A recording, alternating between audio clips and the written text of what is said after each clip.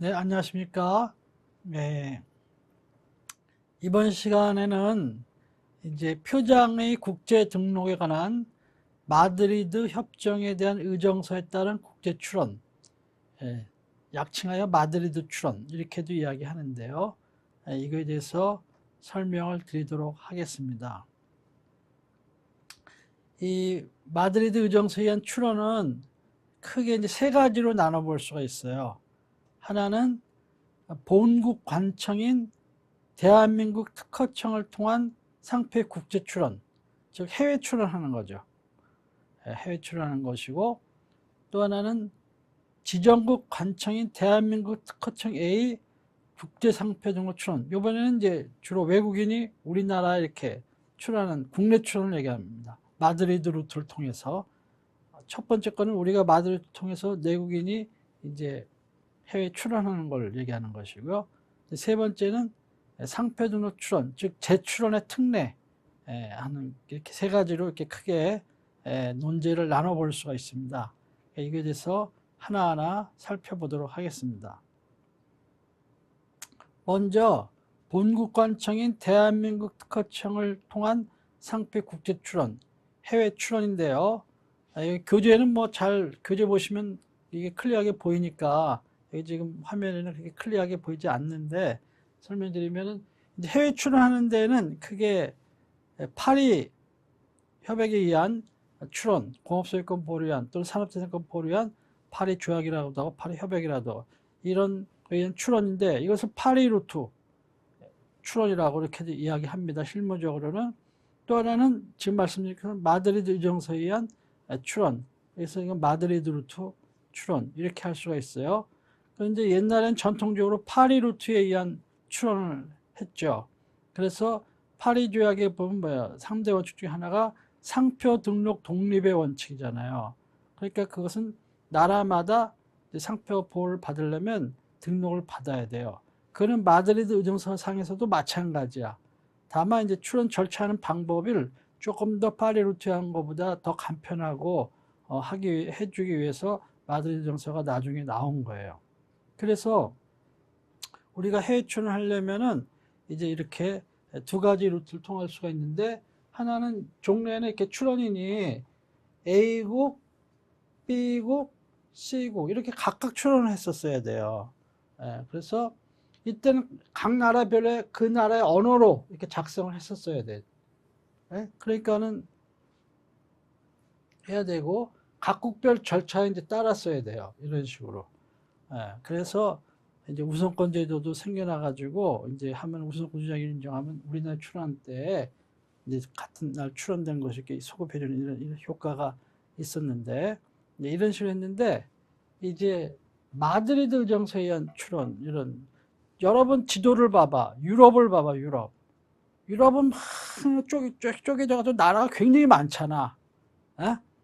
그러니까 걔네는 이 파리트로에서 하니까 막 너무 막 번거롭고 비용도 많이 들고 여러 가지 상표 관리, 브랜드 관리에 문제가 있는 거예요. 유럽의 명품 브랜드들 많잖아요. 그런 사람들 입장에서 봤을 때는. 그러니까 좀 더 나은 절차가 없을까 해가지고 들끼리 이제 고민해서 만든 거예요.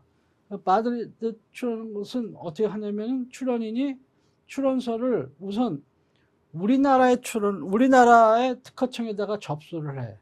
이거를 본국관청이라 그래. 자기네 나라에 해서 본국관청이라 그래. 출원하면은 그렇게 출원해가지고 이제 뭐 이렇게 제대로 했는지 보고 문제 없으면은 WIPO 세계 지적소유권 기구 또는 지식재산권 기구라고도 하는 스위스 제네바에 있는 WIPO 국제사무국에 보내. 요즘엔 다 인터넷으로 왔다 갔다 하니까 보내요. 그럼 이제 여기서는 또 심사를 해. 이렇게 해가지고 문제가 없어. 그러면은 국제등록부에다가 등재를 해놓고 그 서류를 지정국인 A국, B국, C국에 이렇게 보내요. 그러면은 이제 여기서 각국별로 이제 심사가 들어가는 거야. 실제 심사가. 그렇게 하는데 이때는 마드리드 영사님은 언어를 영어나 불어나 스페인어로 이렇게 작성을 해서 이렇게 할 수 있도록 돼 있어. 세 가지 언어로. 근데 이 중에서 이제 우리나라는 영어로만 하게끔 돼 있어요. 그거는 재량 사항이에요. 각 그 여기 최약국들이 우리는 영어로만 이런 식으로 해가지고 하나의 절차로서 이렇게 여러 나라에 출원하는, 출원적인 측면에서 말이야, 등록이 아니고 출원적인 측면에서 이렇게 편의를 봐준다는 거야. 그래서 심사를 거쳐서 각각 등록되는 것은 파리 루트도 마찬가지고 여기서 2단계부터는 실체적으로 심사를 하는 거예요. 여기서부터는 이렇게 해서 출원 절차에 편의를 도모해준다 하기 위해서 만들어진 것이 마드리드 출원이다, 이렇게 할 수가 있어요. 그래서 아까 얘기한 것처럼 원래는 공식 언어는 영어, 불어, 또 최근에 추가된 스페인어 해가지고 영어, 불어, 스페인어 이렇게 세 가지인데, 우리나라는 영어로 작성을 하게끔 이렇게 돼 있어요. 근데 이제 이것을 하기 위해서는 이제 마드리드 출원을 하려면 대신 파리 루트하고 달리 어떤 조건이 하나가 있어. 뭐냐면 본국에 기초 출원 또는 기초 등록이 있어야 되는 거야. 그래가지고 그거와 상표가 동일하고 상품이 동일하거나 그 범위 이내의 것이어야 되고, 그래가지고 그걸 기초로 해가지고 마드리드 출원을 해야 돼요. 그러면은 이게 이제 그렇게 해서 특허청이 낸다 그랬잖아요. 그럼 특허청이 이제 그 수리관청이라 그랬는데, 그 수리관청을 본국관청이라 이렇게 얘기를 또 해요. 그럼 이 본국관청이 이제 이게 그 마드리드 출원하려고 하는 출원인하고 그의 근거가 되는 기초 출원이나 기초 등록의 출원이나 권리자하고 동일인지를 이 본국관청은 파악할 수가 있잖아요. 거기 모든 상표 원부 다 가지고 있으니까. 그 다음에 상표가 동일한지도 파악할 수가 있잖아요. 기초가 출원하기 위한 출원번호 썼거나 또 기초 등록번호 쓰면 그 번호에 기재되어 있는 상표하고 지금 마드리드 출원서에 붙어서 한 상표하고 같은 상표인지 아닌지를 볼 수가 있잖아요. 그런 식으로 해서 할 수 있고, 지정상품도 그 범위 내의 건지 동일한 건지 아니면 그 범위 내의 건지 아닌지를 판단할 수가 있잖아요. 이렇게 해가지고 이런 것을 해서 기초가 되는 거, 이런 거 문제가 없다. 그러면은 이제 그것을 WIPO 국제사무국에다가 이거를 이제 보냅니다. 그 국제출원 서류 이런 것을 이렇게 돼 있어요. 이렇게 절차가 진행이 되는데, 그래서 이걸 봅시다. 이게 잘 안 보이시지만 제가 말로만 설명드릴게. 책에는 잘 보일 수 있게 돼 있으니까요. 그러니까는 영어로 이렇게 출원서를 작성을 해. 국제출원서라 그래. 그걸 국제출원서다 이렇게 얘기를 해요. 출원 단계에서는. 그래서 어떻게 작성하냐면 특허청에 계속 중요돼 펜딩 중인 자기의 출원이나 또는 등록, 이걸 기초로 해가지고 국제출원서를 작성을 해야 돼요. 그러니까 펜딩 중에 지금 살아있는 출원이나 살아있는 등록이 아닌 거면 이미 다 죽어버렸어. 그게. 그러면 기초로 삼을 수가 없는 거야. 우선은. 그 다음에 자기 거여야 돼. 남의 것은 안 돼. 자기 거여야 되지, 당연히. 그렇게 해가지고 이걸 해서 기초 영어로 작성을 해요. 그러면 이제 특허청 단계 가면 뭘 하냐면, 특허청은 아까 얘기처럼 기초 출원하고 국제 출원하고 기초가 되는 출원이나 또는 등록하고 국제 출원하고의 상표가 일치하는지, 또 상품이 그 범위 내인지 동일한지 또는 그 범위 내인지, 또 주체가 동일한지, 즉 출원인하고 이쪽 기초되는 출원의 출원인이나 권리자하고 동일인인지, 이렇게 해가지고 합치 여부를 심사를 하죠. 그러면 이제 합치가 돼. 그러면 합치가 된다는 사실을 국제출원서에 보면은 그 체크하는 난이 있어요. 합치된다. 그리고 그 서류가 특허청에 도달한 날이 언제 도달했다 기재하게 돼 있어요. 특허청이. 그렇게 해가지고 그 서류를 국제사무국에 보낸다고. 관련 첨부 서류가 있으면 그런 것까지 다 해서 보내요. 그리고 그 출원서 사본은 또 하나 출원인에게 또 줘. 이런 식으로. 공고를 해줘. 이런 식으로. 이렇게 해서 합쳐진다는 취지 및 도달이를 특허청에 기재하고 그 다음에 이걸 송부를 해. 그러면 국제사무국은 뭘 하느냐. 이 뒤에도 다 나옵니다. 또 문장으로 크게. 국제사무국 뭐냐면은 그렇게 서류가 국제사무소 접수가 되면은 이제 방식 심사를 해요. 방식 심사를 해가지고 문제가 없다. 그러면 국제 등록부라는 게 있어요. 인터내셔널 레지스터. 거기다가 이제 등록을 해요. 그게 국제 등록이야. 그리고 이런 사실이 등록됐다는 것을 국제 등록을 공고를 해. 그게 이제 국제 공고야. 그렇게 한 다음에 국제사무은 이것을 지정국인, 예를 들면 일본, 중국, 영국 이런 데가 각국 특허청에다가 이것을 보내요.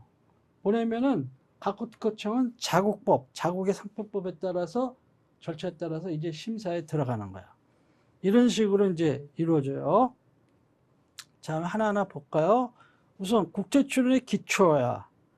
그러면 이제 국제출원서에 국제출원 하려고 하면 국제출원서에다가 그 기초출원 또는 기초등록을 기재하게 됐잖아요. 이거 보세요. 이렇게 본인의 상표등 출원을 기재하라. 또는 본인의 상표 등록을 기재하라. 또는 이게 둘 다 출원 중인 것 중에 등록된 거 있으면 이것을 기재를 하라. 이렇게 돼 있어요. 근데 이것을 출원이 여러 건이 있을 수도 있어요. 그럼 여러 건도 기초로 삼을 수가 있어. 예를 들면은 상표는 A야. 근데 이렇게 돼 있고 또 하나는 이렇게 돼 있어. 이게 출원 중이야.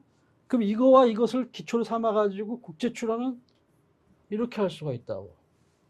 이런 식으로 이렇게 복수를 할 수가 있어요. 등록도 마찬가지고요. 그래서 여기 보면은 이게 다 파란색이 시험에 나왔던 문항들이에요. 국제 출원은 본국관청이 계속 중인 살아 있어야 된다 그랬죠? 펜딩 중 살아 있어야 돼. 계속 중인 기초 출원 등 기초 등록을 기초로 해서 출원해야 된다. 이게 맞는 얘기죠. 맞는 얘기고 국제 출원의 기재된 상품은 기초 출원 또는 기초 등록된 상표의 지정 상품 범위 내어야 된다. 그렇죠? 범위 내야 돼요. 동일하거나 또는 그 범위 내야 돼. 그보다 더 크면 안 돼. 그 다음에 국제 출원은 하나의 기초 출원뿐만 아니라 다수의 기초 출원을 기초로 하여 출원할 수 있고 또 다수의 기초 출원과 기초 등록을 기초로 하여 출원할 수도 있다. 그래서 복수의 것을 기초로 삼아서 출원할 수도 있다. 이런 얘기예요. 그 다음에 이제 업무 표정의 경우에는 국제 출원할 수가 없어요. 왜? 마드리드 정서에 업무 표정이라는 규정을 두고 있지 않아요. 보호대상 표정 유형이에요. 그렇기 때문에 이거는 안 됩니다. 그럼 이제 국제 출원인의 자격은 누구냐? 국제 출원의 자격은 이제 그 대한민국의 국민 또는 대한민국의 주소를 가진 자. 외국인이라도 우리나라 주소 있는 사람 있잖아요. 또 법인인 경우에는 영업소의 소재지를 말하는 거예요. 그래서 그런 자들이 이제 출원인 자격이 있어야 돼요. 그래야 우리나라를 본국관청이라고 부를 수가 있는 거야. 그래서 그러면 조약은 어떻게 되냐? 마드리드 의정서. 조약은 의정서도 넓은 의미 다 조약이라고 그랬죠. 마드리드 의정서에는 국제 출원의 출원인은 본국관청에 소속된 국가의 국민이거나 그렇게 돼 있죠. 우리나라도 여기 국민이거나 이렇게 규정을 하고 있잖아요. 의정서에 따라서. 당해 국가에 주소를 두고 있거나 이렇게 돼 있죠. 대한민국 주소를 가진 자 이렇게 돼 있잖아요. 또 당해 국가에 진정하고 실효적인 산업상 또는 상업상의 영업소를 두고 있는 자 여기 이렇게 돼 있잖아요. 법인 영업소의 소유를 말한다. 이렇게 돼야 된다 하는 것입니다. 그 다음에 2인 이상이 공동으로 이렇게 국제 출원을 하려면은 그러면은 그 전제로서 우선은 그 공동으로 국제 출원자는 각각 대한민국의 국민이거나 대한민국의 주소가 있거나 또는 영업소가 있거나 이런 자여야 돼요. 그 중에 어느 하나라도 아니다? 그러면 공동 출원 못해.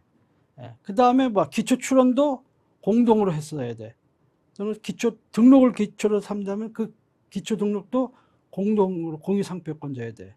이렇게 해야만 공동 출원이 가능하다 하는 것입니다. 쉽게 얘기하면은 주체의 동일성, 객체의 동일성 이 두 가지 요건을 갖춰야 된다는 거야. 그래서 주체는 같아야 되고 그다음에 그 주체에서 그 주체는 누가 되느냐? 국민이라든가 또는 거기에 주소 또는 영업소가 있는 자 이렇게 되는 거예요. 객체는 뭐냐? 상표는 동일해야 되고 상품은 동일하거나 그 범위 내야 되고 이렇게 딱 정리해 놓으면 아주 기억이 쉬워요. 그 다음에 이제 국제 출원 절차를 보면은 영어로 작성을 국제 출연서를 제출해야 된다 그랬죠. 그리고 어디다 내? 국제 사무국, WIPO 국제 사무국에 내는 게 아니에요. 스위스에.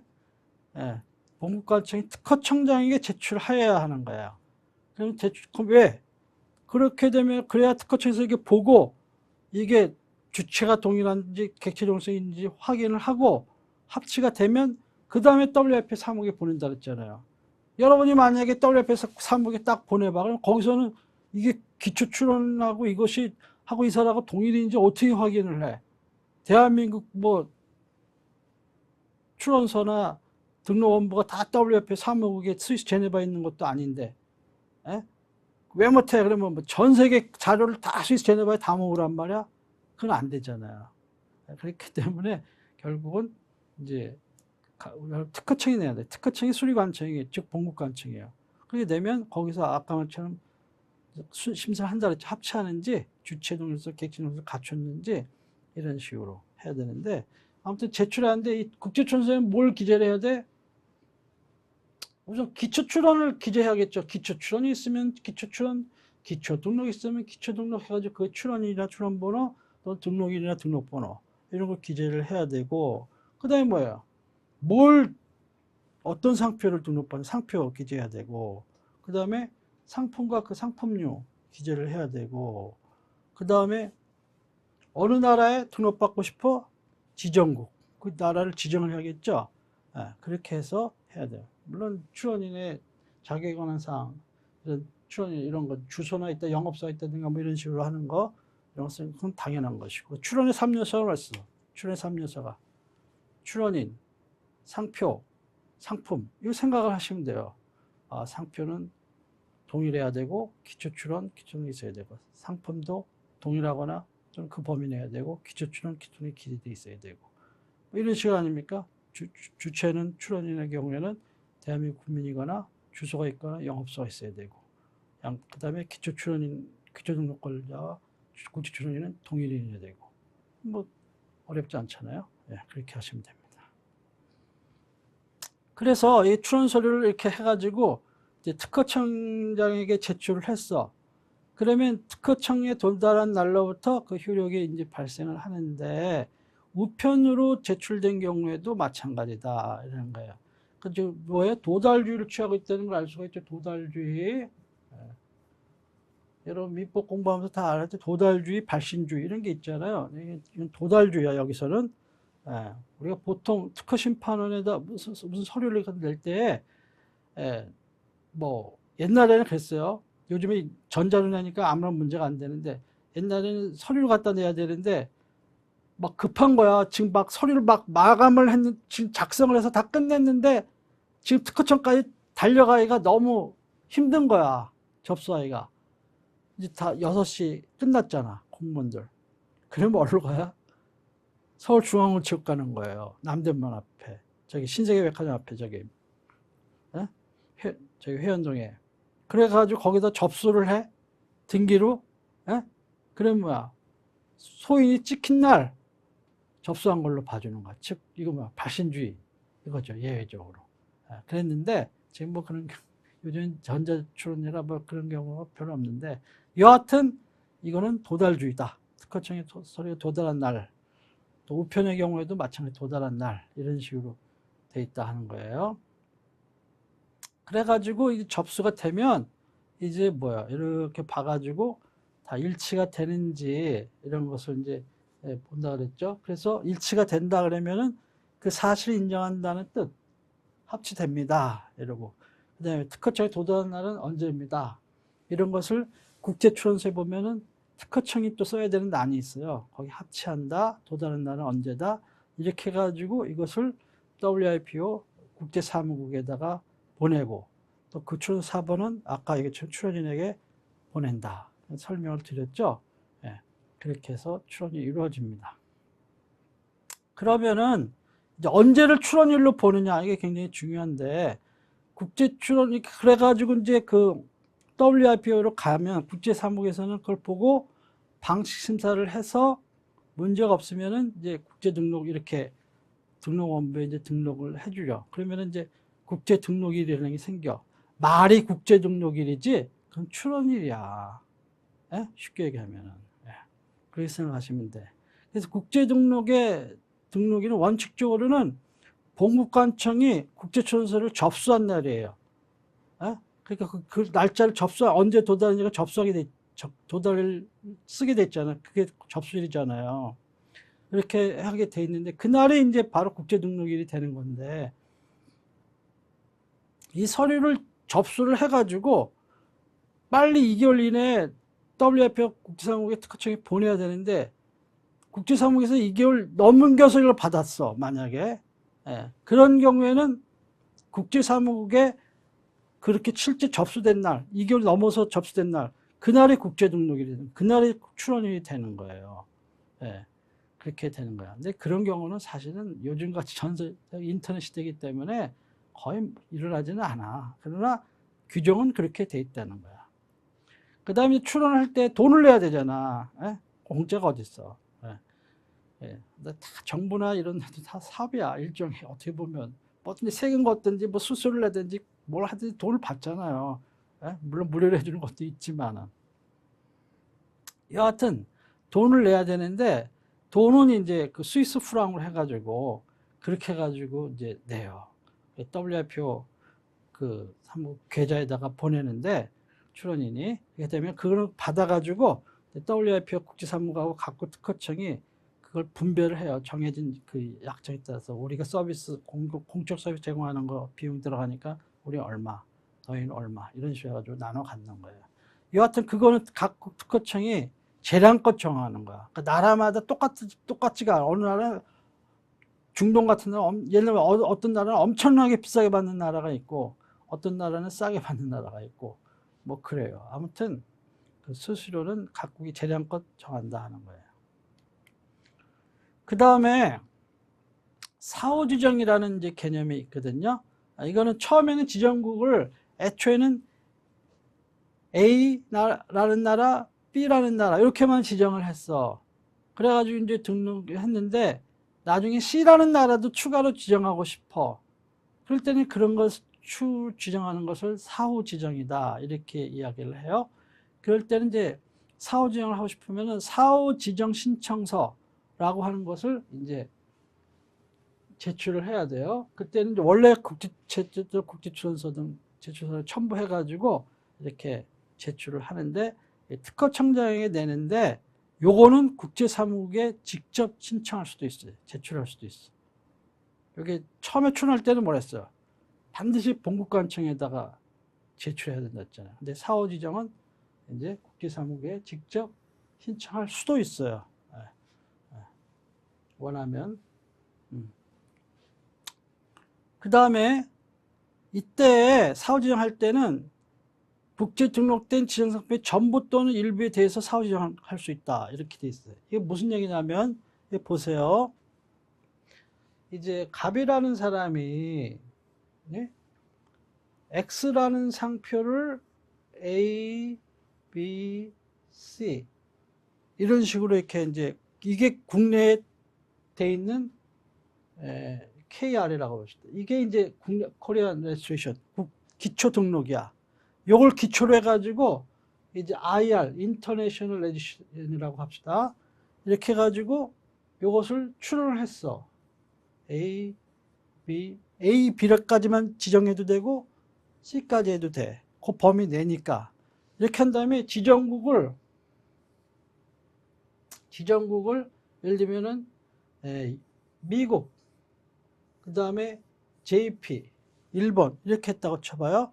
그러면 여기도 예를 들면 A, B, C 여기도 A, B, C 이렇게 해도 되고 뭐 이 중에 여기 일부만 해도 되고 이렇게 되는데 아무튼 이렇게 했다고 쳐봐요.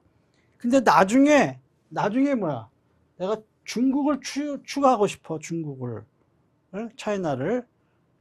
근데 이때는 추정하면서 A, B, C를 해도 되지만 뭐예요? A, B만 해도 된다는 얘기야. 네? 일단 이 국제 등록된 상품이 뭐야? A, B, C잖아. 이걸 전부 지정해도 되고 여기 일부를 지정해도 되고 A, B만 이런 식으로 일부만 해도 되고 할 수 있다 이런 얘기예요. 근데 여기서 국제 등록된 지정, 예를 들면 2단계에서 나 이거를 취소했어. A를. 나중에. 처음에 ABC로 해가지고 상품을 ABC로 등록이 됐는데, 나중에 나 이거 취소했어. 이렇게 한다고 칩시다. 그러면은 중국에는 A를 포함시킬 수가 있을까요? 없을까요? 못해. 예? 예. 국제 등록된 상품의 전부터 일부를 취소한 경우에는 취소된 상품에 대해서는 사후 지정할 수가 없다. 예, 이런 얘기예요. 왜냐하면 이게 지정국의 이 상품들이 근거가 항상 여기에 있어야 돼. 예? 국제 등록에. 그리고 얘는 또 근거가 어디 있어야 돼? 여기 있어야 돼. 이렇게 맞물려 가는 거예요. 이렇게. 예. 그래서 얘가 없어? 그럼 얘는 없어져야 돼. 없는 거야. 예를 들면 예, 그 이상 그 다음부터 추가 못 하는 거예요. 예. 그 다음에 국제 등록의 존속 기간은 10년이야. 언제부터? 국제 등록일로부터 10년이야. 국제 등록이라는 것은 뭐라 했어요? 실제 출원일이잖아. 국제 출원일로부터 10년이에요. 예. 우리나라의 심사를 거쳐서 우리나라에서 등록이 결정이 나가지고 등록 결정이 떨어졌어. 그러면 대한민국에 등록된 날로부터 10년이 아니야. 예? 예. WIP의 국제 등록 출원이라 했죠. 그러니까는 일반적으로는 우리나라 경우는 존속기간 기산점이 뭐야? 등록일로부터 따지잖아. 예? 근데 뭐예요? 마드리드한 경우는 출원일로부터 10년이 되는 거야. 어떻게 보면 말이 국제등록이라는 용어를 쓴 것뿐이지. 예, 그렇게 되는 거예요. 그 다음에 이제 갱신을 해야 되겠다. 10년마다 갱신한다. 그러면은 국제사무국에다가 존속기간 갱신 신청하는 거예요. 특허청이 하는 게 아니야. 예? 국제사무국에 존속기간 갱신 신청을 해야 되고, 이렇게 하면은 아까 이 지정한 나라들 전부에 대해서 한 번에 모든 게 싹 갱신이 된 것처럼 이렇게 되는 거예요. 예, 이렇게 되는 것이고, 이제 사후 지정을 했다. 예? 처음에는 이제 KR 기초가 있고, 이걸 기초로 출해가지고 국제 등록을 했다. 그래가지고 미국에서 등록을 해줬다. 이렇게 했다고 쳐봐요. 그러면 요때부터 10년이 아니고 요때부터 10년이라 그랬죠. 요때부터 10년. 예. 요때부터 10년이야.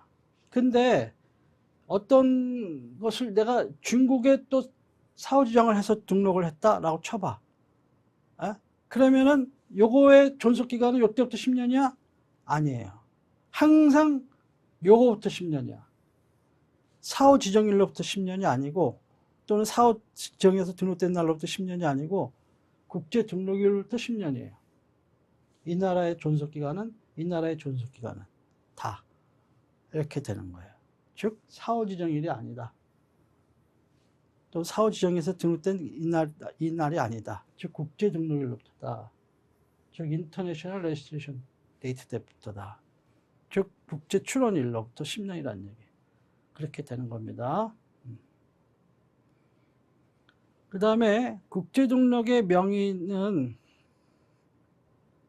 이나 그 승계인은 지정 상품 또는 그 지정국의 전부 또는 일부에 대해서 국제 등록의 명의를 변경할 수가 있다. 이런 얘기야. 그러니까는 뭐야?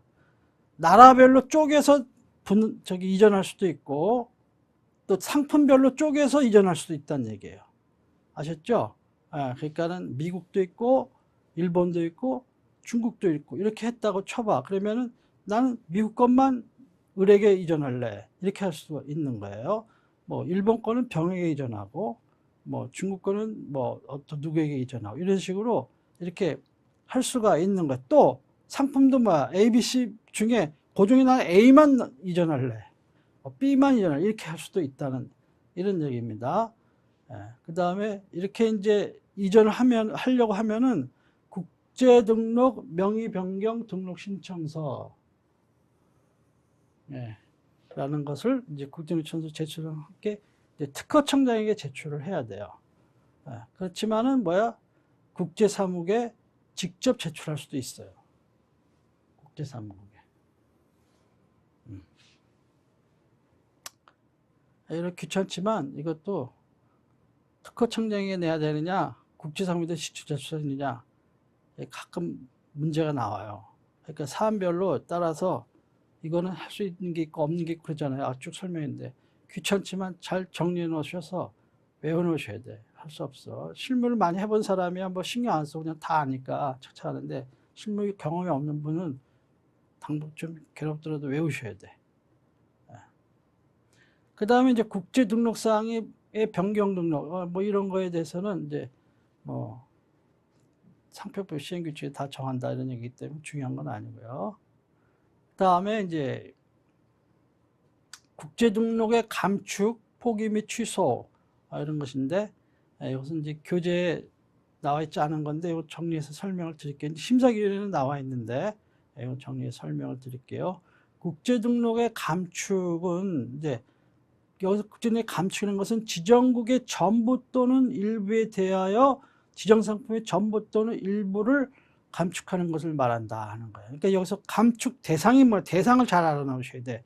지정국의 전부 또는 일부, 그리고 지정상품의 전부 또는 일부 이렇게 되는 거예요. 이것은 국제사무국에 직접 제출해야 돼. 이번엔 거꾸로 특허청이 되는 게 직접 제출을 해야 되고 본국관청이나 지정국관청에 제출해서는 안 돼. 그러니까 우리나라 사람이 하면서 감축하고 싶다 그러면은 우리나라 특허청이라든가 자기가 지정한 미국이나 일본이나 중국의 특허청에다가 이 서류를 내는 게 아니고 어디다 낸다고요? WIPO 국제사무국 거기다가 이걸 내야 되는 거야. 감축 신청서라는 걸 서류를. 이게 무슨 얘기냐 한번 봅시다. 그러면은 예를 들면 우리나라를 본국관청으로 해가지고 예를 들어서 이렇게 KR 우리나라에 등록된 거예요. 요것을 이제 상표는 A야. 상품은 A, B, C야. 이런 식으로 이렇게 해가지고 요것을 이제 국제 등록을 예를 들면 했다고 쳐봐요. 그럼 좋다 이거야. 이것도 다 상품을 다 포함했다고 쳐봐요. 예를 들어서 이렇게 해가지고 그 다음에 지정국을 미국, 뭐 일본 이렇게 했다고 쳐봐요. 상표를 예를 들면 A, B, C 여기도 A, B, C 이렇게 했다고 쳐봐요. 그랬는데 일본에서 문제가 생긴 거야. 일본에서 보니까 선출원에 타인의 선출원에 A 다시 상표가 있는 거야. 그리고 상품은 A, B야. 그렇게 되면은 미국에는 문제가 없어. 미국에는. 그러면은 이제 이거 대응하는 방법은 어떻게 되겠어요? 일본 특허청에다가 이 AB를 뭐야? 삭제 보정을 해. 하는 보정서를 내. 의견서하고 보정서를 이렇게 내. 예? 이런 방법이 있고, 그렇게 안 하고, 국제사무국에다가 요 지정국에 대한 요것을 감축하겠소. 이렇게 해가지고 낼 수도 있어요. 감축 신청서를 내거나, WIPO에. 또는 뭐야? 일본 특허청 JPO, Japanese Patent Office라고 그래요. JPO에다가 AB를 삭제하는 보정서를 내거나, 감축 신청서를 내거나, 보정서를 내거나, 지정국 관청에 보정서를 내거나, WIPO 국제사무국에 감축 신청서를 내거나, 이렇게 해가지고 거절률을 해소할 수가 있어요. 근데 JP를 에다가 보정서를 낸다 이렇게 하려면 어떻게 해야 돼? 출원인은 제2외자이기 때문에 일본의 변리사를 반드시 선임을 해야 돼. 그래가지고 보정서를 내야 돼. 의견서하고. 비용이 만만치가 않아. 일본 변리사들 비용이. 하려면 한 관람료 내고 하려면 거의 100만 원 가까이 돈이 들어갈 수 있어요. 한 70만 원 내외 80만 원. 근데 그게 안 하고 뭐야? 출원인 내가 WF에다가 감축 신청서를 내. 그럼 비용이 훨씬 싸. 그럴 수가 있다는 얘기야. 다만 어떤 문제가 있을까요? 실무적으로는 그렇게 할 수가 있는 거예요. 문제 없고 실무적으로 얘기야 이거는. 실무적으로는 이렇게 일본 변리사를 통해서 보존서를 내가지고 심사 절차가 빨리 이루어서 빨리 등록이 되지만 WIP로 해가지고 이렇게 가게 되면 막 일본 특허청 그것도 받을 때까지 한참 기다려야 된다고. 예? 그러다 보면 시간이 굉장히 많이 걸리는 수도 있어요. 생각보다. 그 통보 받고 또 확인하고 막 이렇게 하려면은. 예? 예, 그래서 절차 신속하지 못한 그런 단점은 있지만 아무튼 해결은 된다는 거야. 예? 이런 식으로 해서 여기 보면 다시 감추는 것은 요거를 감축하는 게 아니야. 이건 국제 등록이잖아. 여기를 건드리면 안 돼. 여기를 건드리면은 여기에 다 영향이 가는 수가 있어요. 에? 여기를 건드리면 안 되고 여기를 건드리는 게 감축이야. 즉 지정국의 전부 또는 일부, 이 나라나 이 나라, 또는 지정상품의 전부 또는 일부, 에? 지정국의 전부 또는 일부에 대해서, 지정상품의 전부 또는 일부에 대해서 감축하는 거. 이것이 감축이에요. 개념을 잘 알아놓으십시오. 대상을 잘 물어봐. 정확하게 알고 있는지. 지정국의 전부 또는 일부. 요 레벨이란 얘기, 요 레벨. 이게 아니고. 그 다음에, 그러면 이제 이렇게, 아까 그렇게 된 경우에는, 나 중국에다 하고 싶어. 이번에 사후 지정해가지고. 그러면은 AB라는 상품 일본에서 삭제했지만 중국에는 AB 지정할 수 있을까요? 할 수 있죠. 왜냐하면 그 삭제한 거는, 감축한 거는 일본만이잖아. 그리고 국제등록원부의 IR에는 뭐야? ABC가 아직도 있잖아, 그대로. 그러니까는 사후 지정할 중국에는 AB 또는 ABC가 들어갈 수가 있는 거, 지정될 수가 있는 거예요. 사후 지정이 가능하다는 거야.